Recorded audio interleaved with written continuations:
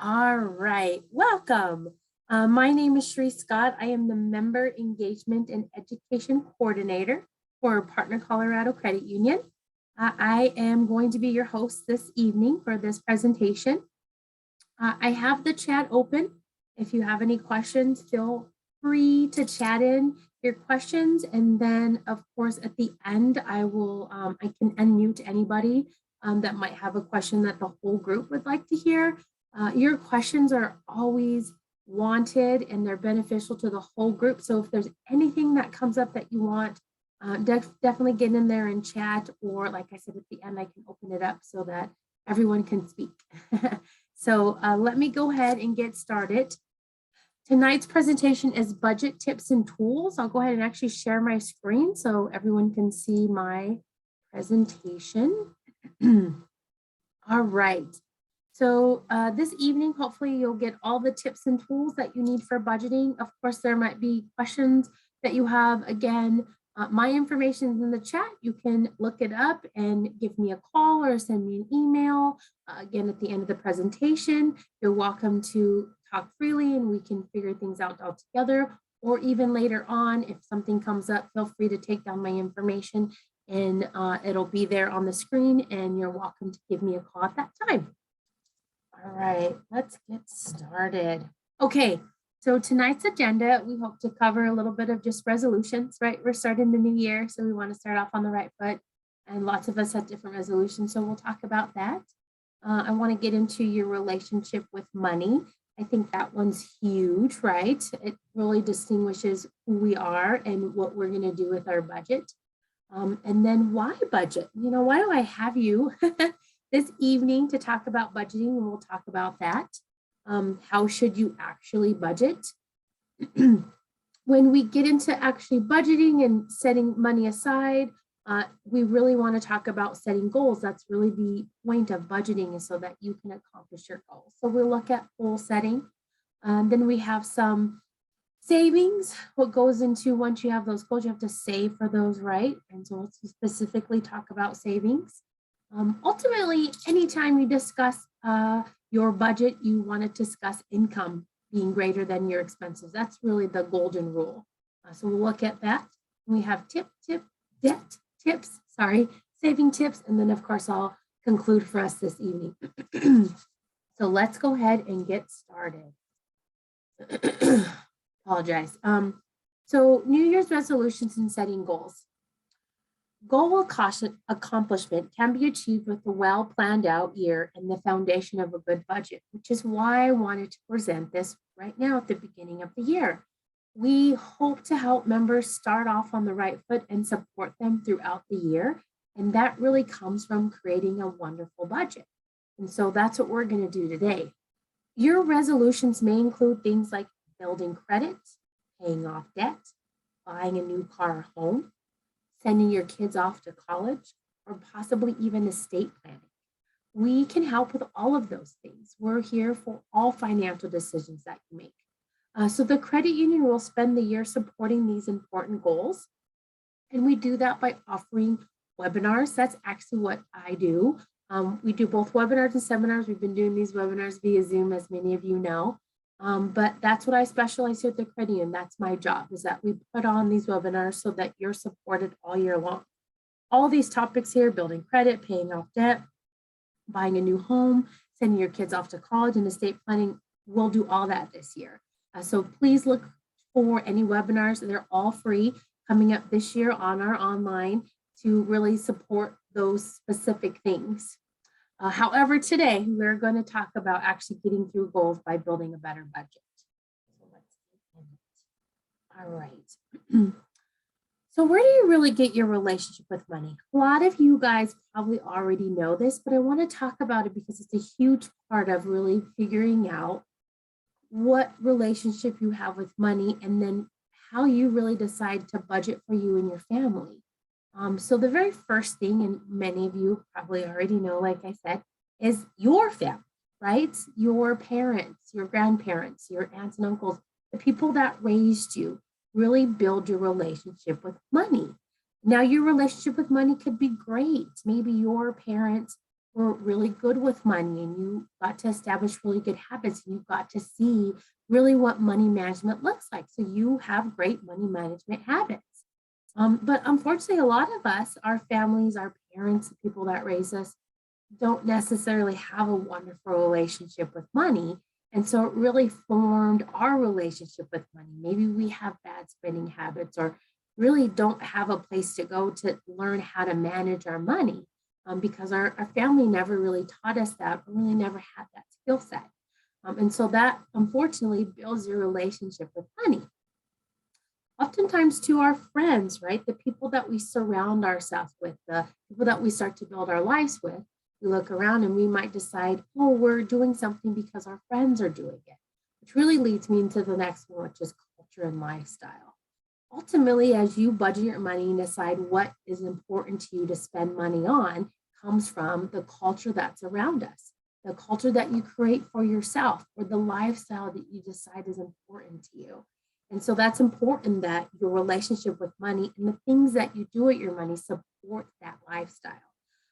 Or, maybe you're someone who really wants a luxury item, but you don't have a luxury item income. Well, you have to know that then you have to live within your means, and creating a budget will help you do so. Then there's things that we have no control over that are happening around us that you may not even realize have an impact on your relationship with money. Those ones I have there listed are advertising and social media. Advertising is all over, right? We're getting bombarded with commercials, and when we're searching the web, pop-ups and things like that constantly tell us to consume and buy and spend the money that we have. And if you don't realize that that's happening, it can be very hurtful to your budget, to how much money you really have to spend on you and your family. And then social media.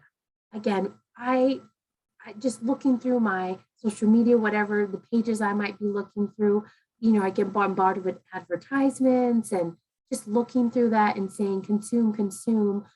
Again, it's a huge part of our relationship with money because we may spend money in those places that we didn't even intend because we're getting hit with these outside forces. And then a place I think that people don't realize have a huge impact on their relationship with money is generational influence. This is not a stereotype. This is just unfortunately a reality of our experience with money, right? If I am somebody who's lived through the Great Depression, my relationship with money might be a little bit more stringent and less flexible because I've lived without money and I know what it's like to really live life where I have to worry about where my next check's going to come from. And so it really impacts how we see money and maybe even how we spend it. And then lastly, education. It's a huge one, and one I hope to overcome personally here at the credit union, because sometimes we don't know what questions to even ask. And so education is huge because it determines what we may know or may not know about money, and it can have a huge impact on our decisions in a very positive way or a very negative way. So those are all the places I see where we have a relationship with money and things that you should always keep in the back of your mind as you move with your money and decide how to manage it, because these things could be playing an impact on your decision making and you may not realize it. All right. So the next thing is why budget? Why are we here this evening? Budgeting is the very foundation, the first building block in having a good financial wellness plan and health, right? And so that's why we want to spend time talking about budgeting. It sets us off on the right foot. So the very first thing when I think about budgeting is really being able to achieve the goals that I have. Goal setting is huge. Deciding that I want to do something for myself or my family is very important. And the only way I can really achieve those things is by creating a budget that allows me to do that. Just thinking about, oh, how great it would be to go on vacation doesn't really accomplish me getting able to go on vacation. I have to budget for that, to plan accordingly. And then using my money more efficiently. What people don't realize is sometimes when they don't have a budget and they just spend as expenses come up and they just kind of hope for the best each month, is they're not really in control right? They don't get to decide where their money is going. And so really having control and being organized with the budget lets you empower your money to do what it is that you want to do with it. It's really important. Next thing I have is becoming financially secure.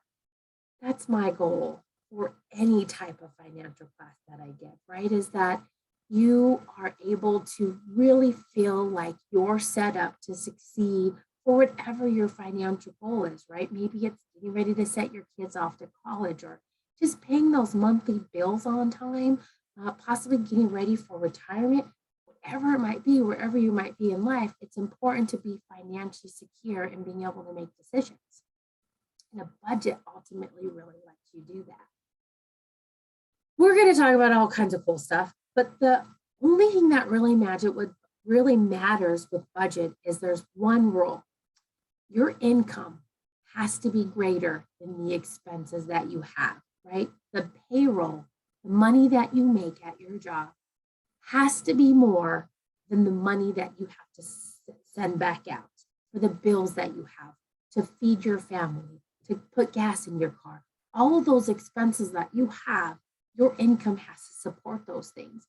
And you can't really move into greater, bigger things like savings when that's not the case. So really that's the goal of budgeting, is that you are able to figure out how your income can be greater than the expenses that you have. Or it's awakening to say, yes, I need to do something because my income isn't greater than my expenses. All right, so how should you budget? Well, really, there's not a wrong way. The most important thing is that you do it.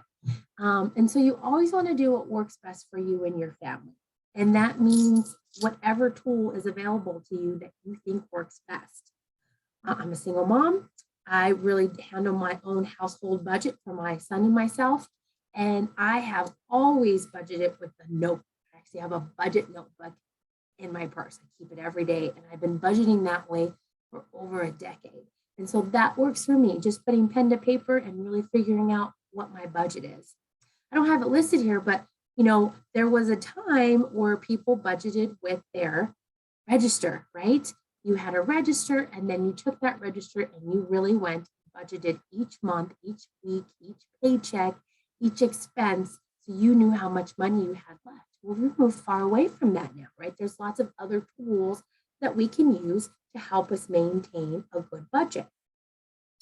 The ones that I have listed here are online tools. That seems to be the place that people like to use most. The first one is credit union or bank apps. So Partner Colorado has My Financial Partner via logged into our online banking. Many of you may know about this tool, but some don't. Very useful. Once logged into online banking, you can actually utilize this My Financial Partner and really figure out what is best for your budget. And you can put everything in and then really see where you stand. The next one we have is budget calculators. We actually have a budget calculator on our website. And so this really will put you in control again of figuring out specifics for your budget. And there's lots of different categories that we have listed on the budget calculator that you can utilize. And then we have the virtual financial coach through the credit union. Now, this isn't a specific for just budget, putting in your income, seeing what your expenses are. But I bring it up because the virtual financial coach is an additional tool that many people don't realize is available to them and helps again support the ideas that they have for creating a positive budget. You might, think, where can I put this money to spend, or what do I need to save, or what do I need to pay off first? And something like My Financial Coach can really walk you through those specifics so you'll know what direction you need to take. Lastly, we have a budget worksheet. That's directly on our website. It's found in resources under financial wellness counseling and then this budget worksheet. Again, I have it there. I think it's very important. You can electronically use it from the link that's on our website, or you can print it off and just write everything down on there. And it's very straightforward and simple, right?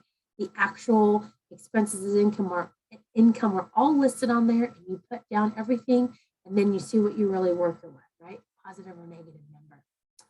And then any budgeting apps that are available online, and really, it's cool. I see it all the time, even on commercials on TV or when I'm Googling different stuff in my industry.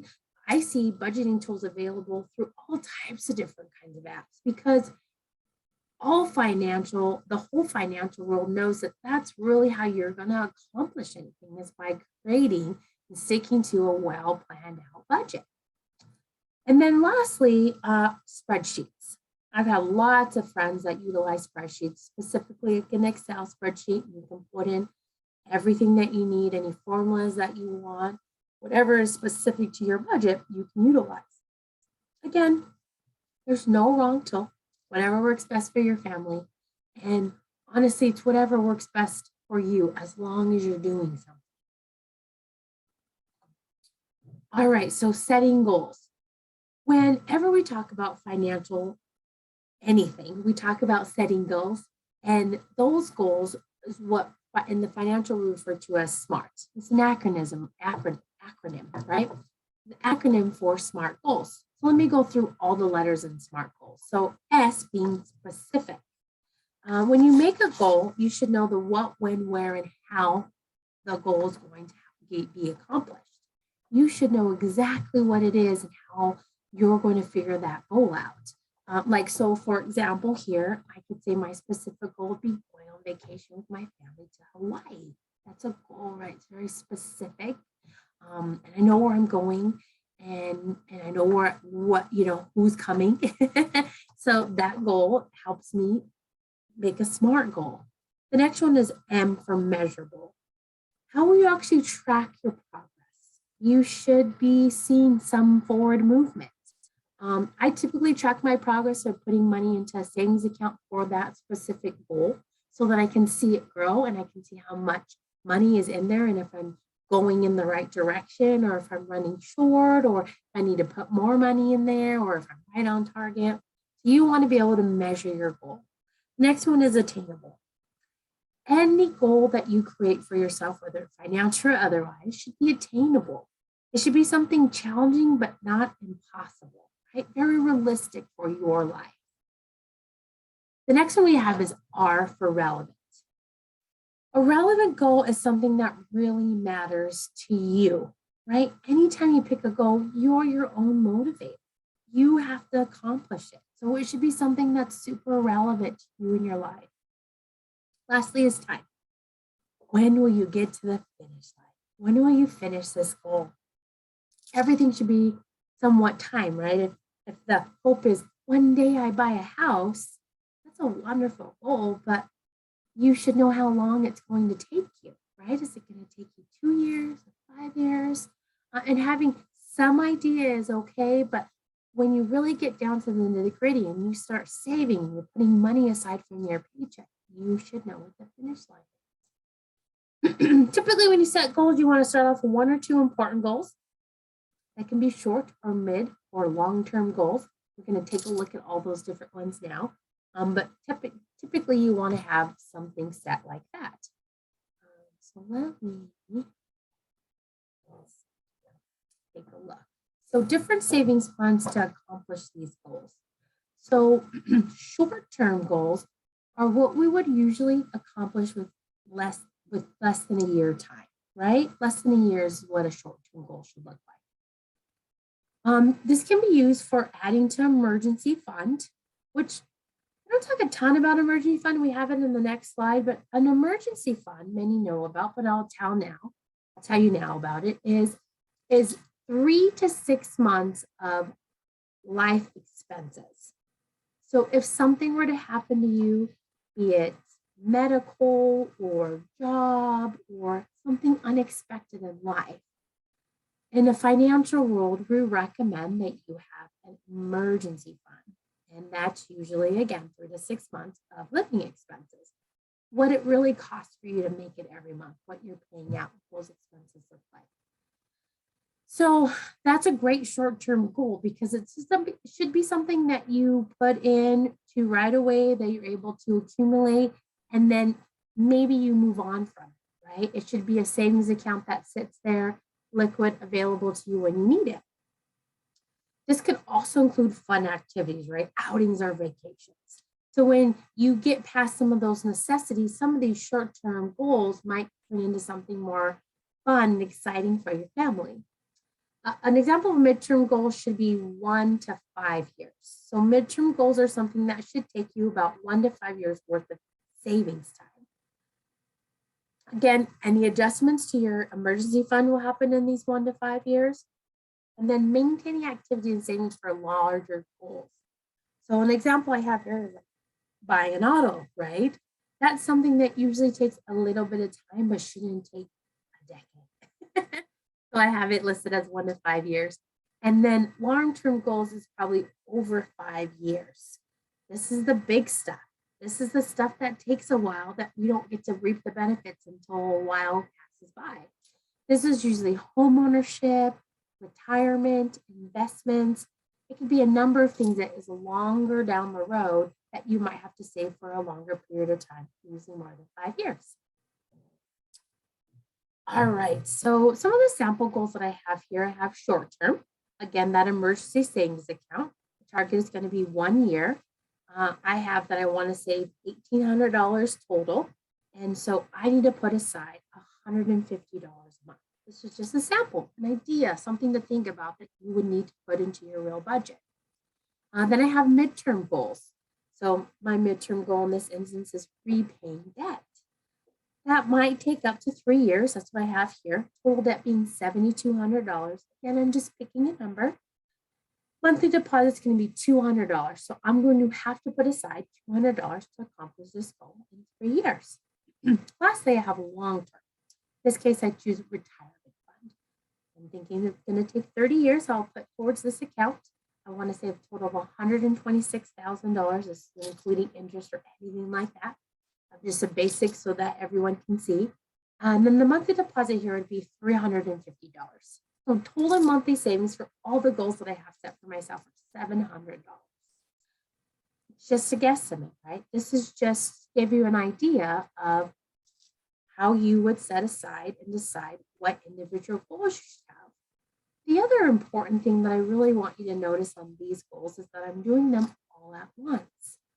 Sometimes people think, oh, I'm going to do this one thing and then I'll save for the next thing. Well, that's really hard to do in real life. So we should be saving for multiple things all at once, just like my sample goals. All right, so start saving now. So when we talk about savings, it's important to think about all the things that go into actually being able to save.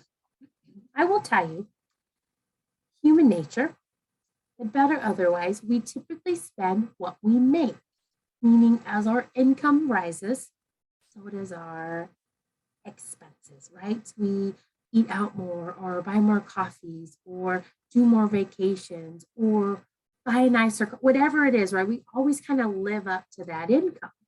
That's just human nature. I will tell you to resist that. Don't spend what you make, right? If you're living comfortably and can afford all of your bills and then you make a raise, that's great. It's a great opportunity to look at what you can do with that extra money when it comes to saving. And that's really why you want to think about budgeting, right? And kind of understand your feelings with money and your relationship with money, because you don't always just want to make more money and then spend more money.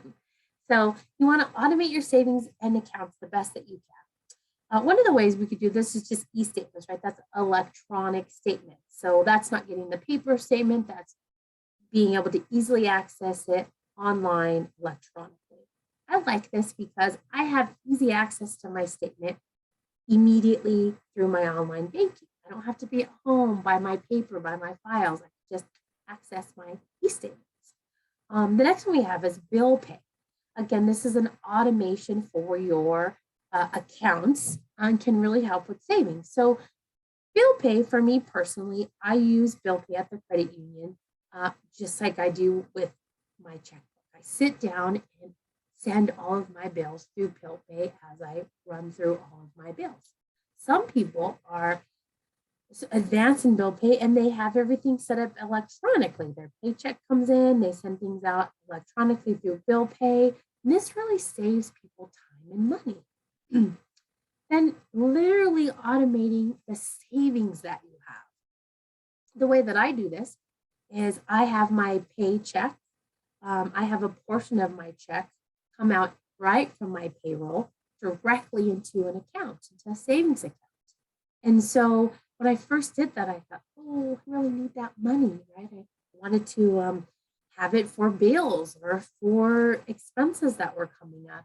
And I thought, no, I want to save this money. I want to accustom myself to not needing this money and getting used to my bills with this other income I make in my payroll.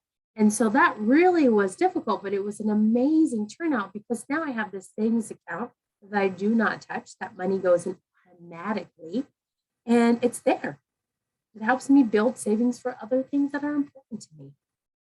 And then lastly, you can have alerts in your account. You can set them up. You can do this again on online banking. All banks have them. And you can go in and actually say, hey, I want to know when this is happening, right? I want to know when my paycheck comes in, or I want to know if money's going out, or if my balance hits a certain amount. You can set the goal, the actual automation for all of that, and it can alert to you that this is happening. So I think separation of money can be really helpful. I think it's really important. I personally separate my money into lots of different specific budgeting accounts. All of my expenses really have an account that I move money into, and then as those bills come due, I go in and I move money back out. That's just my method. I would say if nothing else, you should have at least 2 checking accounts, one for spending and one for bills, right? Spending being just fun, your money that you get to spend on you and your family as you please. Other being necessity, the bills that you have, right? So that you're knowing that you have the money that's required for your mortgage or rent, for your utilities, for your gym membership, whatever it might be, goes into that little account. You know that you're putting the expense money in there. And then lastly, which I think gets forgotten, and it's really important, and I'll say it more than this one time, but you are an essential expense. Making sure that you save for you and putting you as part of your budget is really important. People forget about themselves. And we work really hard for the money that we make. And we might be budgeting to save for something, but don't leave yourself out, right? If yourself includes a lunch out once a month or a lunch out twice a month, right? Whatever that looks like, make sure you're doing it. Make sure you are an essential expense in your budget. All right, when we look at budget, we look at income. That's the first part, right? Our income must be greater than our expenses. And when you look at income, it includes a lot of different things. So make sure then you sit down and you write your income that you include all the income that you make. You could use your last couple of years' taxes. You may use your pay stub or whatever gets you to the final number. You want to know that you have an accurate income number. But I want you to be conservative with any non-guaranteed income. Lots of us have different kinds of jobs. And so it's important that when we're looking at income, that we make sure we put the right number there because now we're going to take our expenses away from it. So one of the things I have listed here is overtime. Overtime is great. And I bet you, unfortunately, in this environment, lots of people are doing overtime, which is good. But this isn't guaranteed income, right? This isn't money that you may always get forever. You want to be careful that you don't include it as part of your income. It may be part of your savings plan and money that you decide to put away for something very specific, but you don't want to include it in your income. Next, I have bonuses. Bonuses are awesome. It's just that though, it's a bonus. It's not part of our regular income, so we don't want to include it in our income calculation. And then we have fluctuating income or seasonal. Lots of jobs that people have, they make more money during certain parts of the year than other parts of the year. Or some people have part-time jobs during certain parts of the year. This money, although maybe a necessity or helpful, may not be something consistent that you want to include as your income. You want to make sure that you have a good number that says this is really my guaranteed income no matter what, right? Whether I'm working in the spring or the summer, or you may need to do some math and say, okay, I make more money, maybe I make $5,000 in the months of winter and only $2,000 in the months of summer. that's fine. But then you need to really determine how much of that becomes your monthly income so that you can do your budget. Lastly, are commissions.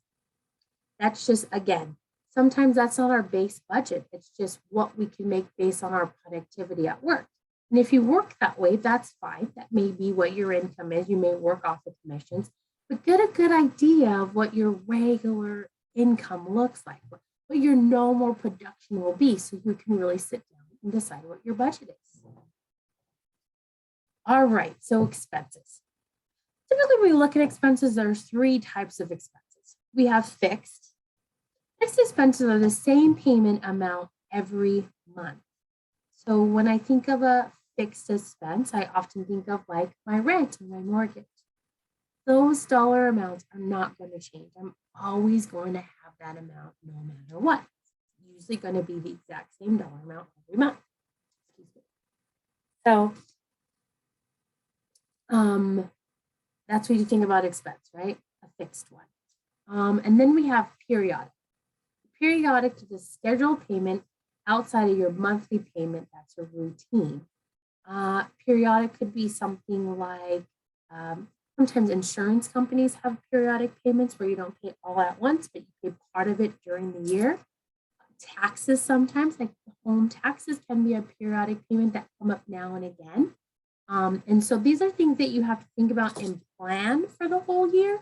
You know, there may be some totals this divided by 12 or whatever it might be. So you have to know that you have to build up to that dollar amount. But it's something that maybe isn't a monthly expense, but you don't want to forget about it. And then lastly, variable. This is a routine expense that are different each time you pay it. A great example of variables, utilities. Something like Excel or your water bill are great examples of variable expenses. Because typically, no matter what, you're going to get a bill for it, but it's going to be variable on your use, right? How much of that you use every month, and then that's how much your bill is. So those are your types of expenses. You want to make sure you include everybody.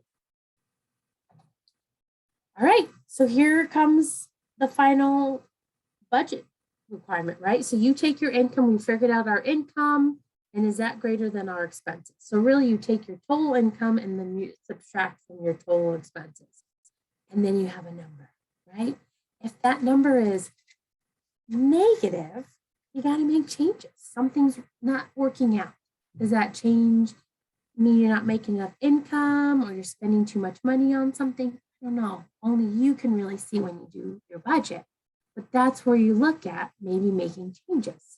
And then if your number is positive, which is what we hope for, then you can really start saving, right? That's where we create those goals and we really start saving. So that's important that you see what's the total, right? If you're negative or positive.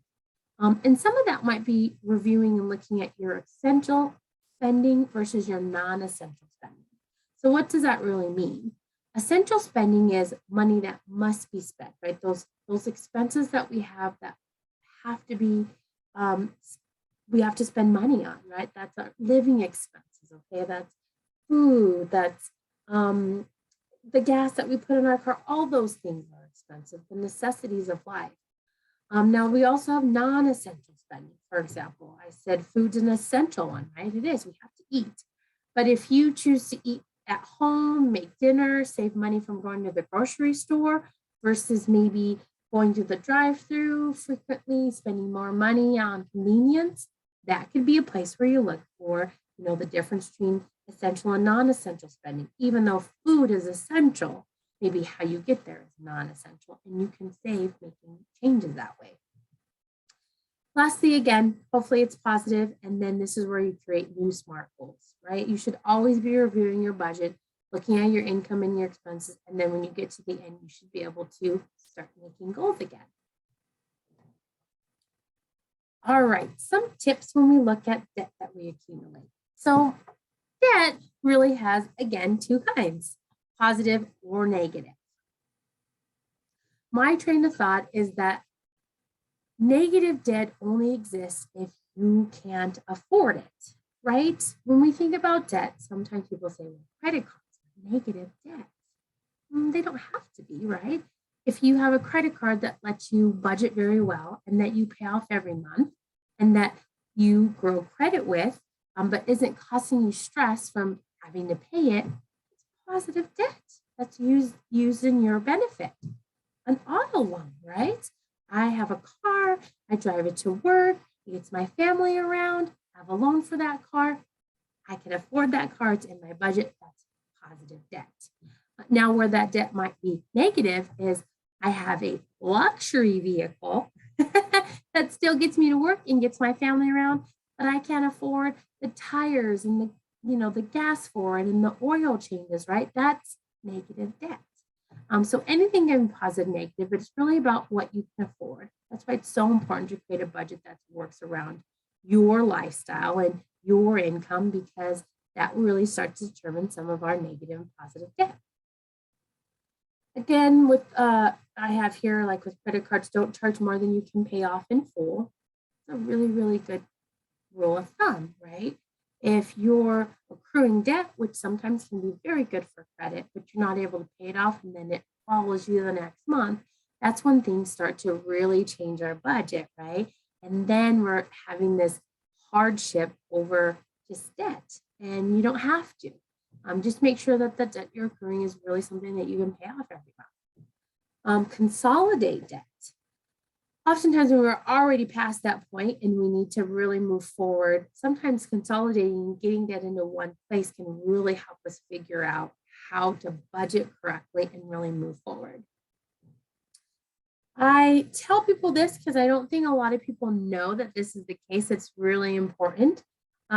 As your financial person, you should know this. So, and when you get a loan, you get a percentage rate, right? That's great. Sometimes you're just happy to get the loan.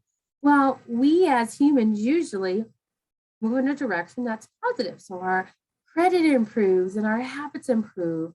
And so when that's the case, you can go back to lenders that you maybe borrowed from a year or two ago, maybe even 6 months, and say, hey, my credit's better, my habits are good, and now I want you to lower my interest rate. So it's good to seek lower interest rates.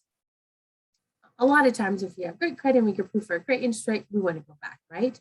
But it's good to know that when we're making forward progress, that sometimes that can really help manage our money better, because now we have more money to move forward our interest rates.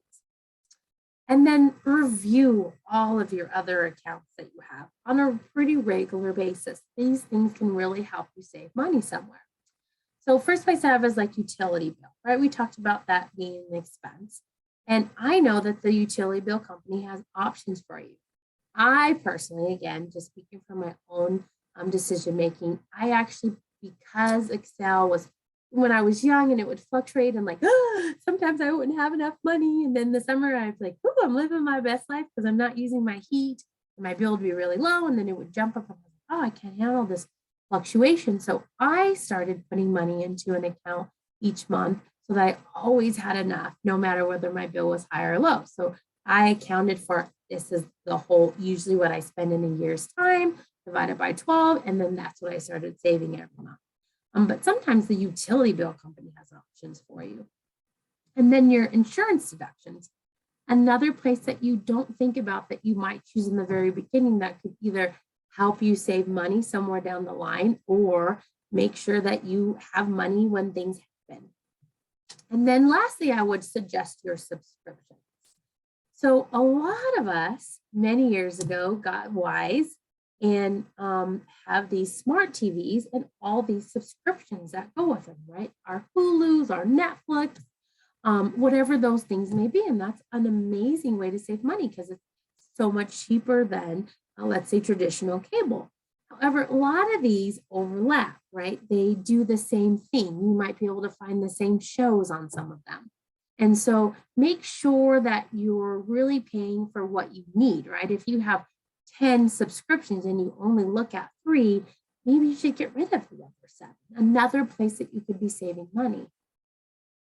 And lastly, I'll ask you a question.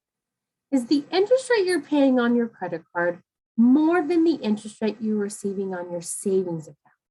What does that mean? Well, a lot of times people think, I have to save. right? It's really important and it's really good. And that's part of what we're talking about today. Saving money is really important. It helps you get to your goals.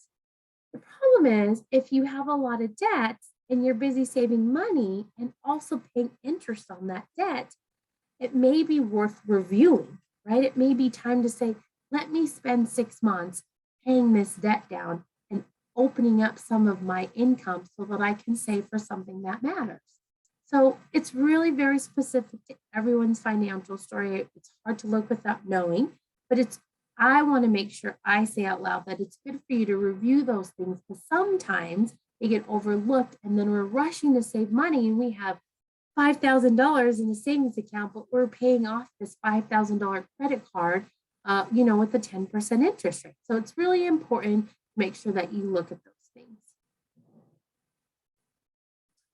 All right, spending tips. This is really important.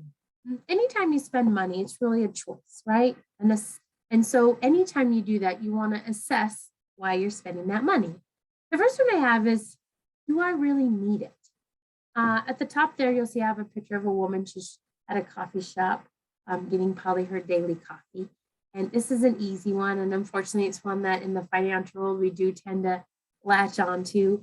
But it's a great place for her to save money, right?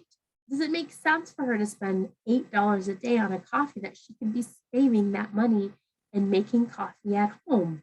Now, if your income allows it and you can afford the $8 coffee a day, do it.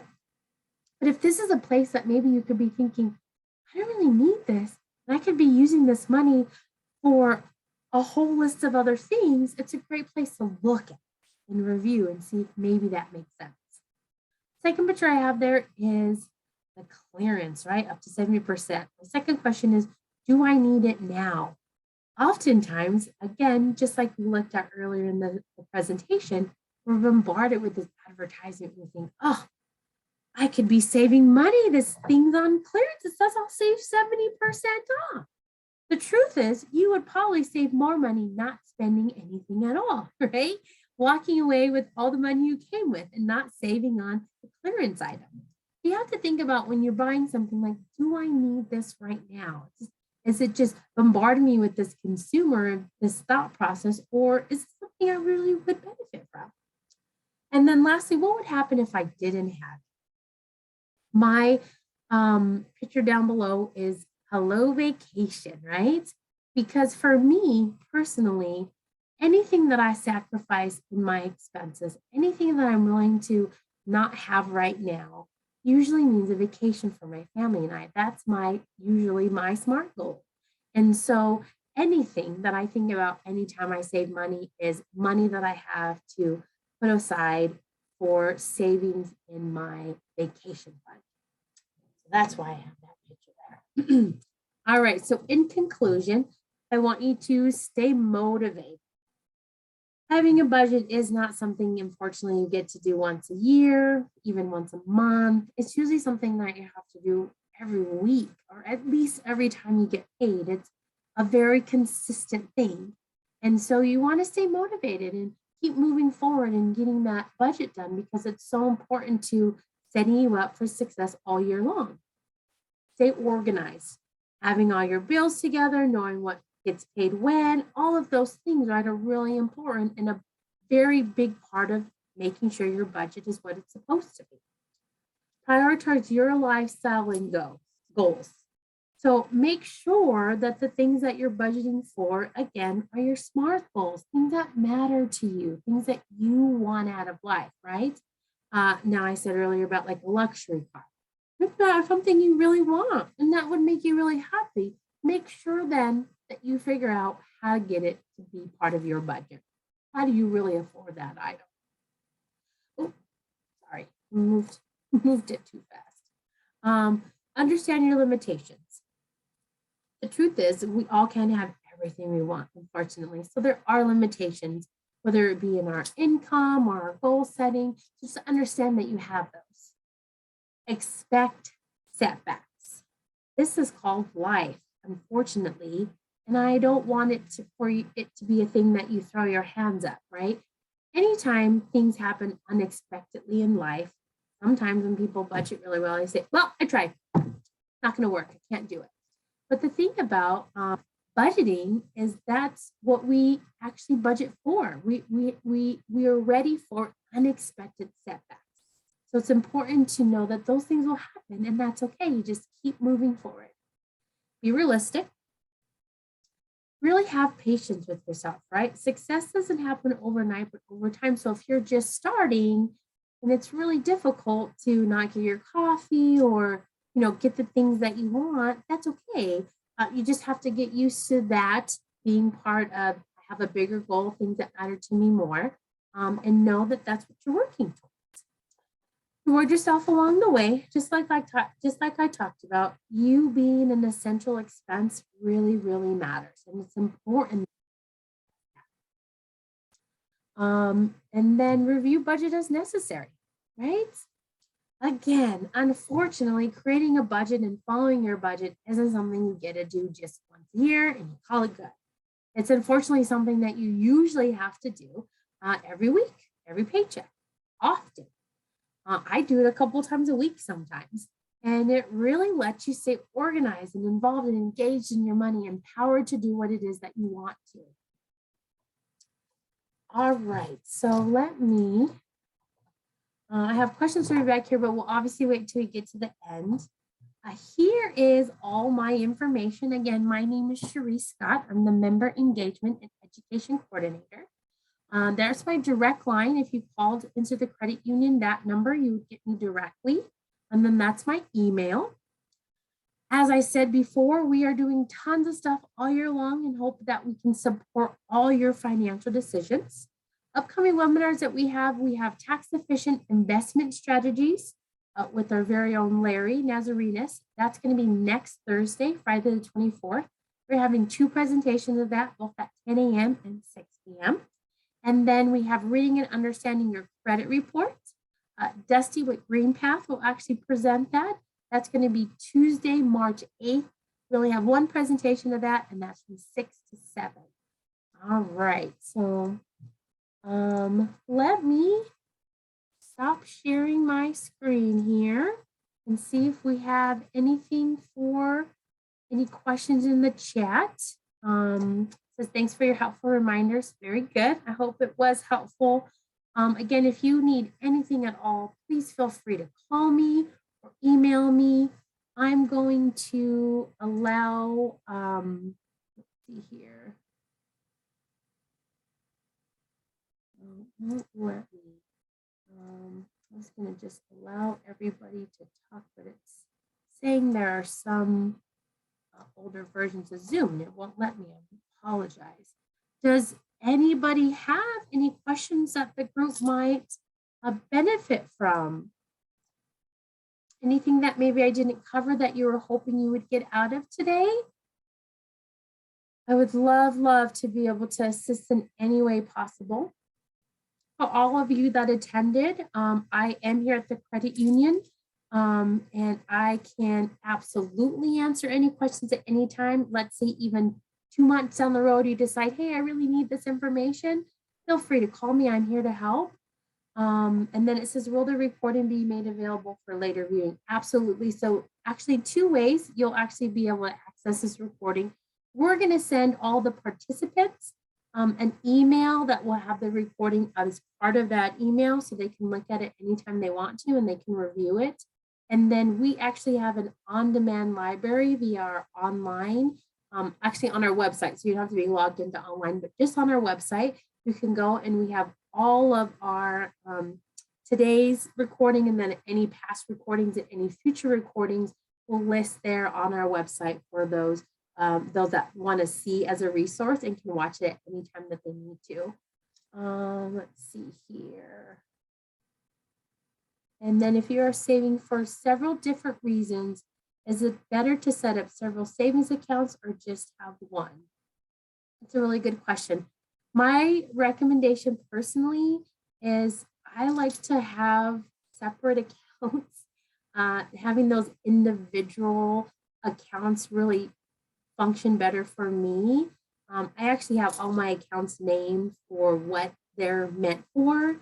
And then again, I have in my budget how much each of those accounts need to get. So I think whatever's best for you. If you are okay having it all lumped together and putting money in, you know, who's what, then do it that way as long as it's separated from the rest of your money. But if it's better for you to see it in individual accounts and have them listed, I would do it that way.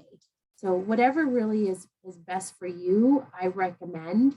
But yes, I personally, I have mine all in separate accounts because that works best for me. Good question.